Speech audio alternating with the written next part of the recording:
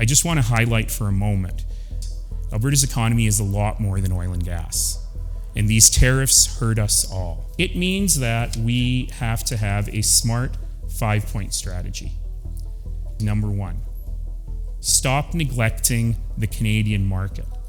Use this as an opportunity to build a stronger 40 million person market east-west across this country.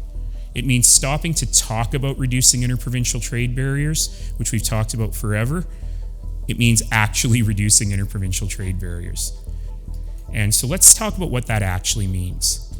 It means giving up some provincial autonomy.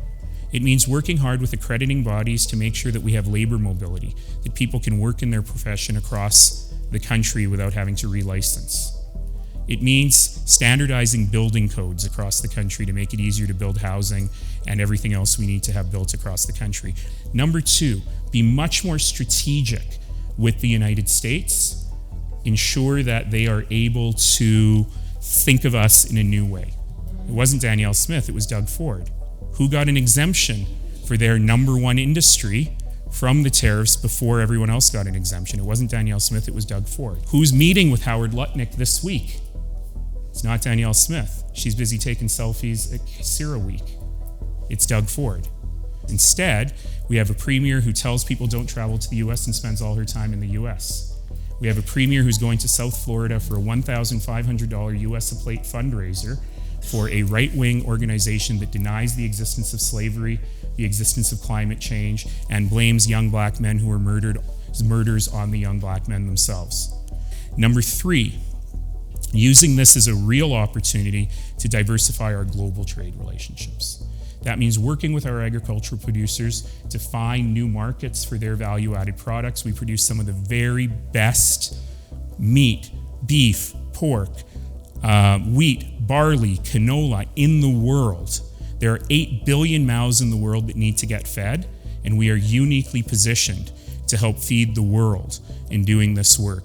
Number 4, we need to protect the people who are going to be displaced by these tariffs here in Canada. That means federal and provincial governments working together on income support, on retraining, on investing in colleges and universities to help people get their legs back up again. Many of our neighbors are going to be very badly hurt by this. Many businesses will close. Many people will lose their jobs. And we can't just let that happen to us. Proactively, we have to be ready for whatever happens going forward. Number 5, and I haven't heard much about this one, is let's stop being so defensive.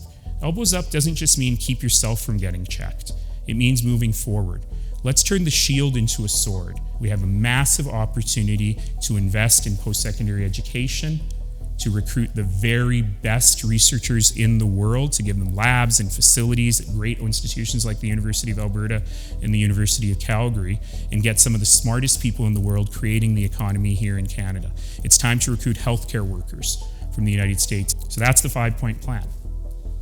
Build Canadian economy, be much more strategic with the US, build global networks for all of our products, protect workers, and turn a shield into a sword and use this as an opportunity to bring great entrepreneurs, great thinkers, and great researchers here.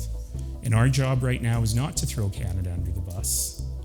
It's not to all fight every man for himself. It is about preserving what we have built, the very greatest nation on earth. And that's the work that we need to continue to do forever and ever and ever. And to me, that's what Elbows Up really means.